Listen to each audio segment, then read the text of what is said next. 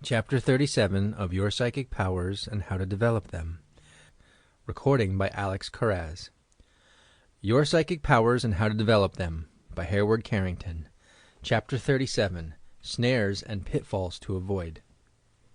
The cautious student of psychics who desires to progress along the right lines scientifically and mathematically must be on his guard against all possible sources of delusion and error which may creep into his development, so he may never mistake the false for the true, or spurious phenomena for the genuine.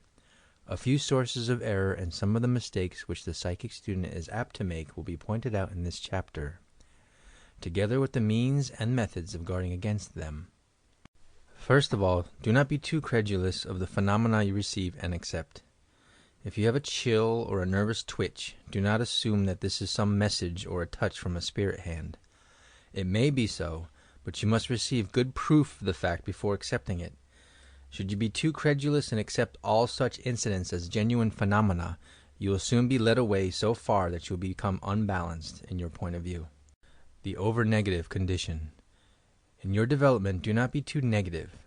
Hold the mind always centered and conscious, as I have said, and keep the center of yourself always active. It is only safe to abandon this in very advanced studies. Do not be too negative in your daily life or accept the advice which spirits or mediums give you to the exclusion of all else. You should reason in such matters thus: an intelligence has offered me certain advice. If that person were yet alive and offered me the same advice, would I take it? You should accept the advice of spirits as you would that of human beings who are merely spirits still in the flesh. In other words, as so often pointed out before in previous chapters, use your own judgment and discrimination on all messages received. If the messages are of an erratic nature, such as those which ask you to give up your position, go on a long journey, etc., you should be most cautious and only accept such advice after you have fully proved to your own satisfaction that it is wise and beneficial. Abuse of the sixth sense. Do not depend upon your sixth sense until you have exhausted the senses you already possess. If you refuse to let these work, you can hardly suppose that help and assistance will come from outside. No, seed will not grow in a soil that is not prepared, neither will spiritual help be planted in your mental soil if you have not worked to prepare it for the spiritual influx. As a rule, our own individual spirit is the best guide. We must consult this first. After that, if you seek additional advice and help, this may often be obtained from wise and experienced psychics, but I cannot too strongly warn the student against accepting the advice of poorly developed mediums, either professional or amateur. On changing mediums and circles. It is not a good thing to change developing mediums if this can be avoided. If you have found one medium who can assist you to develop and who is apparently doing so helpfully and rightly, stick to him through thick and thin until his advice or help fails you. The mixture of magnetism which is introduced with change of developing mediums may be, at times, very harmful. The same thing may be said of circles. Once a circle of sitters is formed, the same group should sit night after night, and it is not at all a good practice to allow strangers constantly to intrude into the circle and take the places of others. If changes must be made, let one at a time assume the place of the absent sitter, and let him sit thoroughly familiar with the surroundings and conditions before a second change is made. You would be wise to mistrust names of important historical persons if they appear in your own speech or writing, or if they are obtained at seances. Our natural vanity may lead us to hope and expect that such personages may be present, but there is evidence that in many cases lying spirits have taken the place of those whose names they gave. In this connection, it may be said that the historical personages are not, as a rule, most desirable. The best help and the greatest teachings have been obtained from simple people who are now on the other side. Sensitivity and mediumship. Do not try from the first to develop as a medium.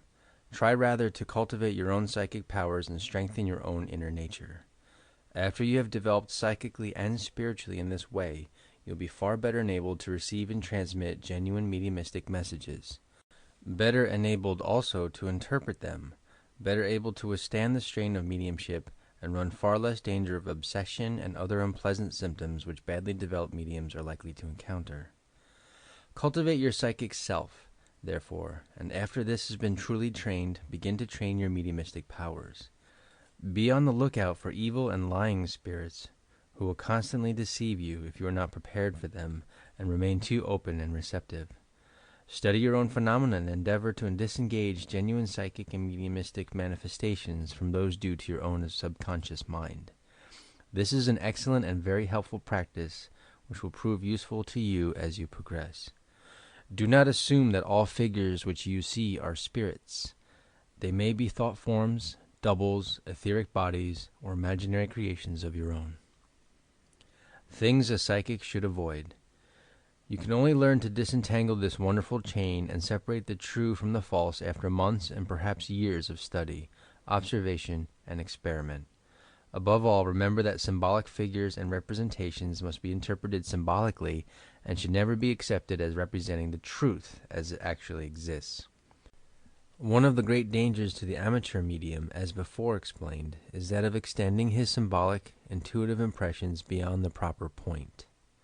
If he stated only what was given him, he would usually be right, but if he endeavors to interpret them himself, find their explanations, etc., he very often goes wrong. Do not hang on too long, so to say, to the impressions and images you perceive. Let them float before you in space, seeing and analyzing them as they pass. Do not endeavor to hold them to you by the power of your mind. If you do so, they will not only vanish and disappear, but you will be unable to retain the impression you receive, and quite possibly the power of perceiving these images which you now possess will become less and less and gradually leave you. Always remember that psychic phenomena of this character cannot be commanded. They can only be sought and welcomed when they appear. In other words, they are spontaneous and not experimental phenomena. How to distinguish the true from the false.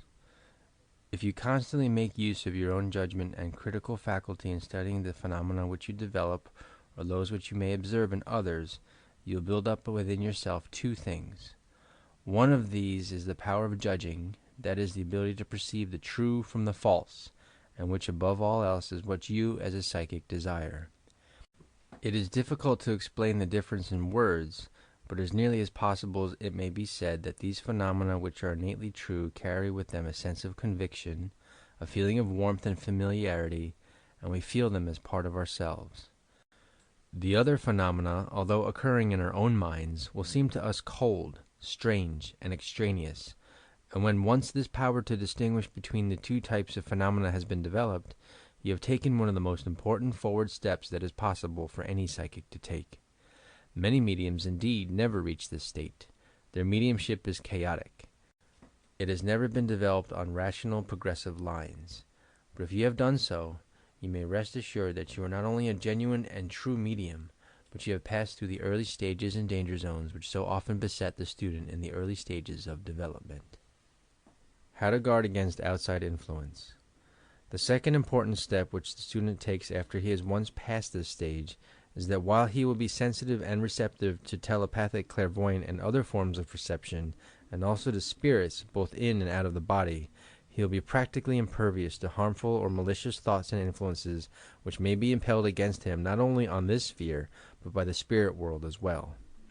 If a trance clairvoyant during a state of ecstasy leaves his body and wanders off into space without having previously gained sufficient knowledge and hence control of the situation, he is liable to be blown hither and thither, figuratively speaking, like a soap bubble by the breezes, and will be open to impressions from all sources. These he may not feel or know at the time, but he may carry these back with him into his body, and afterwards they may affect him to the detriment of his own mental and spiritual health. In other words, he has not learned to protect himself while severed from the body as he can while in it. This is one of the greatest dangers which the advanced psychic is liable to encounter, and at the same time, after he has once learned the secret of protecting himself in this manner, he may be assured that thenceforward his progress will be most marked and rapid, not only in psychic and mediumistic development, but in the spirit world after he has entered it permanently at death. The value of psychic development to the individual. Psychic development is, therefore, of inestimable worth, if rightly cultivated for the rapid progression of the individual human spirit, just as much as the same power badly employed is harmful to the human spirit, both here and hereafter. It all depends on the manner in which these forces and powers have been cultivated and are utilized. And while too much cannot be said against their improper use, a great deal may be said in favor of their proper application and development in the right direction. It is my hope that every reader of this book will develop himself along the right lines, and that he may receive help, advice, and encouragement at all stages of his spiritual unfoldment, both here and hereafter. End of Chapter 37. Recording by Alex Carraz, New York.